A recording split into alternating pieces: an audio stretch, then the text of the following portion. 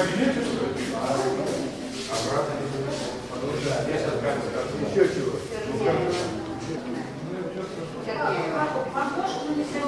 Поступил в это надо. Есть. Вот новый портрет.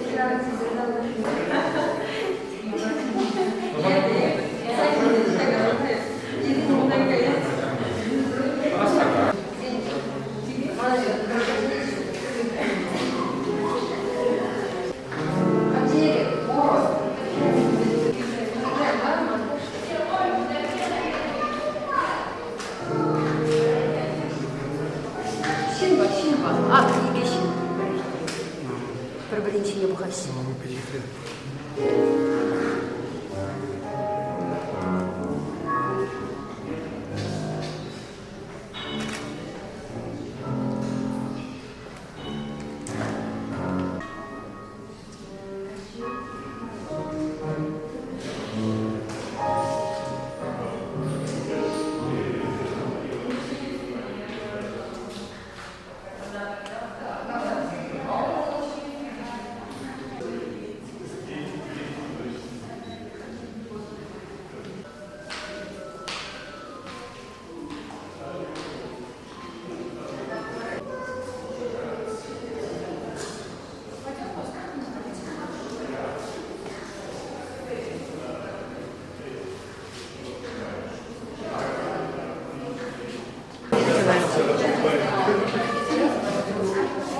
Я вообще вот так вот делаю. По самому говорю, Да. Можно говорить. İzmir'de kaza gelince. Olarak? Aha, kaza gelince. Manut, Osman'da. Я маршинда, что ли, рассказывать.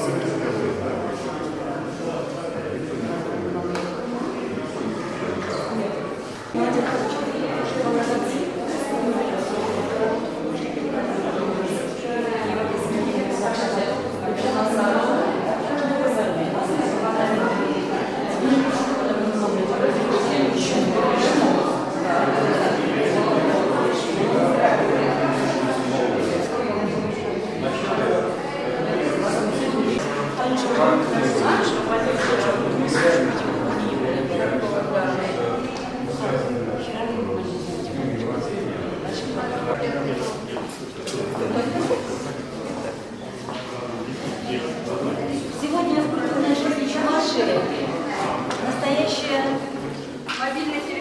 знаменательное событие, которое характеризует интерес, все более увеличивающий интерес к творчеству замечательного чувашского поэта Геннадия Айги. Экспертный совет, который работает при администрации президента, в этом году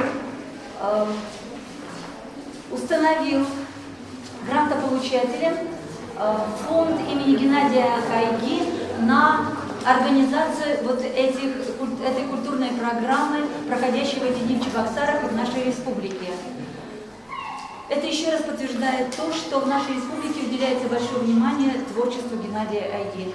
И я думаю, что вся элита нашей республики, культурная часть, студенческая молодежь найдут для себя вот на этой выставке в творчестве Геннадия Айги все то, что хотелось бы получить для души и сердца. И я хочу сказать большое спасибо организаторам этих событий, этой выставки, за ту огромную работу, которую они проделали и смогли показать нам эту замечательную выставку и все то, что будет происходить на родине Геннадия Айги. Вот только что прошло в Национальной библиотеке. И я думаю, что это получит большой резонанс и в средствах массовой информации. Эта выставка найдет своих посетителей. Отмер строчку. Ну, наверное, сначала может Геннадий Николаевич скажет, как один из основных кураторов, организаторов. Хорошо. Друзья, я очень рад приветствовать вас здесь, в нашем художественном музее. Музей наш всегда был связан с именем Геннадия Николаевича Айги. Я просто напомню, и многие, конечно, знают, что Айги начинал как бы путь в чувашскую культуру, в том числе и здесь, в художественном музее нашем. Здесь проводились встречи с ним, проводились первые и официальные, и неофициальные встречи, такие презентации его книг, разумеется. Организовывались выставки, которые он инициировал. То есть, если вы помните, допустим, выставка Антуана Витеза весной 1989 года. Это были ряд других экспозиций Игоря Булых и так далее, и так далее. В общем, это как бы художественный огонь, зажженный Айги. Ну, начиналось это все очень скромно, конечно. Вы, наверное, знаете, что Айги имел, нельзя сказать, что коллекцию, но он был окружен произведениями, прекрасными работами художников, и графики, и живопись была, и наших авторов, его друзей лично, и работы были там зарубежных авторов, и Польши, и Скандинавии. Поэтому как бы для него это был естественным шагом показать свою коллекцию, ну как бы вот свое художественное окружение нам. Он даже, наверное, не называл это коллекцией. Вот. И, конечно, художественный музей воспринял его идею. Вот. Первая выставка была достаточно небольшая. Вот. Ну, наверное, многие помнят и вторую выставку, которая организована была в 1997 году. Вот. При участии Антонины Ильиничны Мордвиновой, при участии Малининой, ну и ряд других наших сотрудников. Это был масштабный проект. Там, кстати, участвовал и Олег Улангин. Вот. То есть это был большой показ, биг-шоу, так сказать, большой такой. Ну, я думаю, что эта выставка, она не ставит перед собой таких задач большого шоу. Она как бы является, вот, как мы говорили с Адмиром Петровичем, как бы репетицией, поскольку вот на будущий год тоже мы планируем уже большую экспозицию, большую выставку с участием многих авторов. Может быть, будет какой-то конкурс объявлен, также связано с именем Айги. Вот, особенность этой выставки, ну, преобладание живописи. Ну, живопись такая энергичная, такая достаточно такая яркая. Это связано и с техническими причинами, честно говоря, поскольку графику этих замечательных светлых залов выставлять трудно, окна не защищены у нас, и солнечный свет влияет на графику. Ну и в то же время мы хотели как бы не ограничиваться книжными иллюстрациями, не ограничиваться небольшими вот такими графическими вещами, а как бы передать внутреннюю энергетику Айги. Ну, здесь, прежде всего, портреты Геннадия Николаевича прижизненные, разумеется. И один портрет уже появился нашего чебоксарского автора, как бы уже посмертный. Насколько я знаю, это первый случай такого живописного портрета. Ну, за моей спиной работы Николая Дронникова. Вот, два портрета я разместил друг против друга, как бы белые и черные они, как бы разные ипостаси человека, личности, поэта. Вот, это так они передаются. Вот. И здесь же, как бы в этом же зале, украшение буквально зала, если можно его назвать украшением, конечно, является произведение Игоря Аркадьевича Улангина. Вот, и самое, наверное, это тоже для нас и для Улангина, для участников этого художественного процесса, это напоминание о событиях 20-летней давности. Как раз 20 лет назад вот, начиналось здесь все. В 1988 году мы проводили здесь выставку творчества молодых, или творчество молодых художников, так можно сказать. И работа была создана буквально вот в наших залах пальцами вот, Игоря Аркадьевича.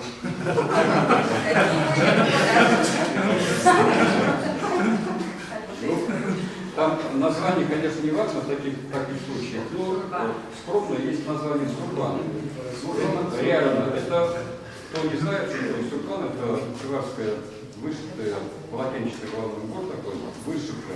И вот ряды цветной вышивки вдохновили Улангина.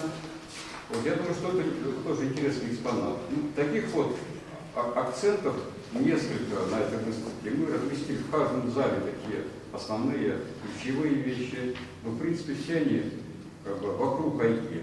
Это не значит, что он коллекционировал эти вещи, или что. Ну, вы понимаете, да? Это то, что ему было близко. То, что было близко людям, которые окружали его. То, что было создано уже как бы, под вдохновением от его стихов. Как бы. Здесь таких работ много.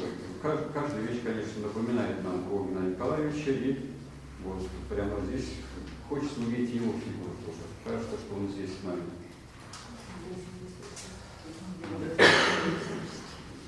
Если будут вопросы потом по экспозиции, мы ответим. Я и сотрудник музея. Ну, известно, что среди друзей и близких людей Геннадия Николаевича было гораздо больше художников, чем поэтов. Ну, разных, наверное, причин. Была такая группа, она называлась «Яковлевцы», такая неофициального искусства в Москве в свое время. Вот Яковлев здесь представлен одной большой работой такой, двумя небольшими работами. Был один из близких вот друзей. Ну, у каждой картины, у каждого художника есть своя, конечно, история. Яковлев большой художник, кто не знает, он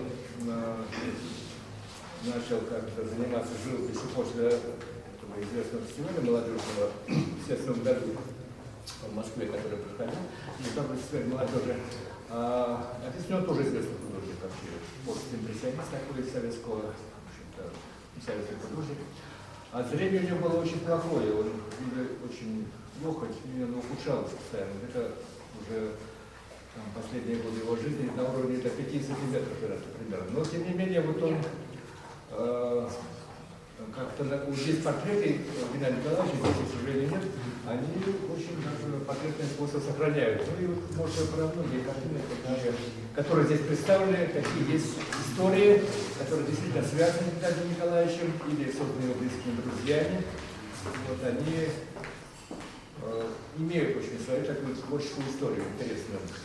И сама его поэзия, отчасти, может быть, как действительно вдохновляла и самих художников, ну, либо она сама выбирала в себя, может быть, таких больше изобразительных, живописных элементов. Вот, и был его способ такой сотворчества с природой и так далее. Поэтому это действительно третья выставка вот, из этой серии «Мир это глаз», 94-97, сейчас 2008. Вот. Ну и другие выставки, вот, Геннадий Николаевич сказал, «Белая чувашия» была выставка, которая она не была связана с Геннадием Николаевичем, но тем не менее он тоже здесь в это время был в Чебоксарах и как-то участвовал. Была у нас тут такая дискуссия небольшая, круглый стол по поводу этой выставки, там тоже были интересные такие моменты. То есть живопись вообще, изобразительное искусство было ему очень близко, действительно. другой, наверное, вот была речь о нашей конференции сегодня, это музыка, или музыкальные стихи, скорее, может быть, но и музыка в чистом ее виде. Вот. И даже, может быть, словесность, поэзия в таком ее неком сухом виде, может, она как-то меньше у него высказывается, поэтому и поэзия, она другого несколько, может быть, плана. И как о нем говорил Владимир Новиков, писал Владимир Новиков, критик, что он как бы был поэт, да, но иногда, можно сказать, это художник был, но художник в таком широком смысле слова. Так, например, говорил о себе Пастернак в свое время там и так далее, вот, ну, который чувствовал прекрасное не только, конечно, в таких его чистом виде, как произведение некое, он его мог видеть в каком-то леске, там, брошенном сухом, который лежал где-то на тропинке, там, лесу, там, и так далее. Вот я думаю, что это важно. Выставка, она такая камерная, я думаю, что это хорошо. Это вещи действительно такое, весь у них тепло, свет от них исходит. Вот. И они были близки к Геннадию Николаевичу, многие. Дроников был ближайшим другом последние годы, много писал его, много оформил его книг, английский художник, русский. Петров, вот, Петр Фамилий, представлен в зале, тоже достаточно был близок ему по какому-то мироощущению, по белому свету, по присутствию белого света, ну и так далее. Вот. Анатолий Иванович Метов, это был вообще очень близким другом при жизни, и в какой-то степени Геннадий Николаевич повлиял на его становление как художника, познакомил с какой-то иной средой, московской художественной средой и так далее. Вот. И много другие вещи тоже, они вот непосредственно связаны, конечно, с его жизнью, творчеством. Поэтому они здесь, вот на этой выставке. Спасибо устроителям. У нас есть участница конференции. Она подготовила маленькое такое музыкально-поэтическое действие. Вот Юрий Иванович Трепов, с помощью него, и вот она сама, сейчас они его постараются осуществить. Ну, это она скажет, что это, да. Она положила на музыку стихотворение Геннадия Николаевича Аги «Предзимний веков», вернее, может, не положила на музыку, я не знаю, как сказать, или сделала музыкальную какую-то транскрипцию, прочтение, скажем, этого стихотворения. И вот сейчас Юрий Иванович и Ольга стараются его показать или как реализовать.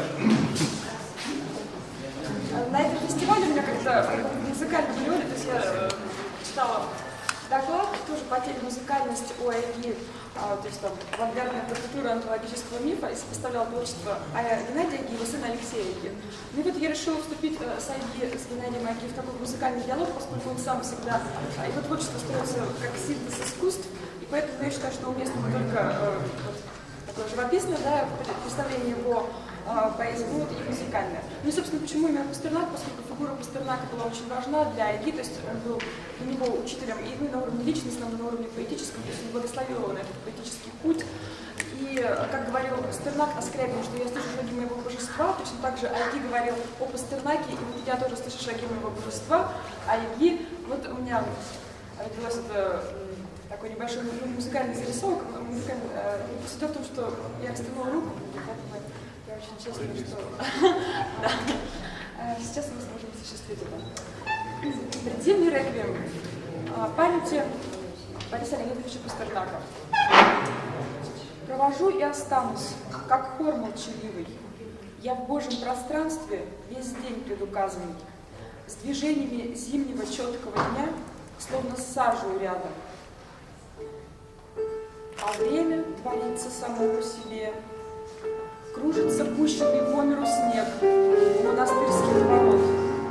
И кажется ныне поддержкой извне необходимость прохожих.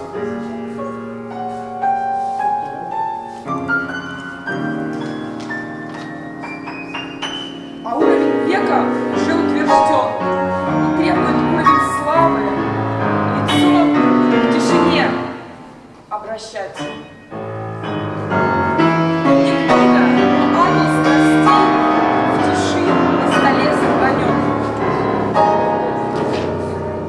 А год, словно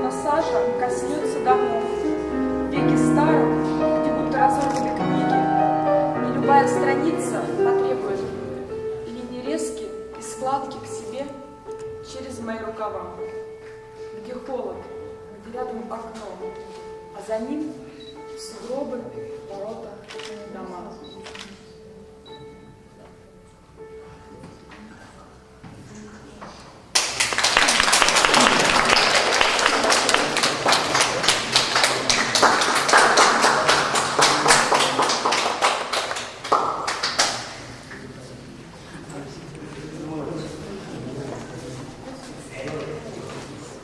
Такое минималистское произведение.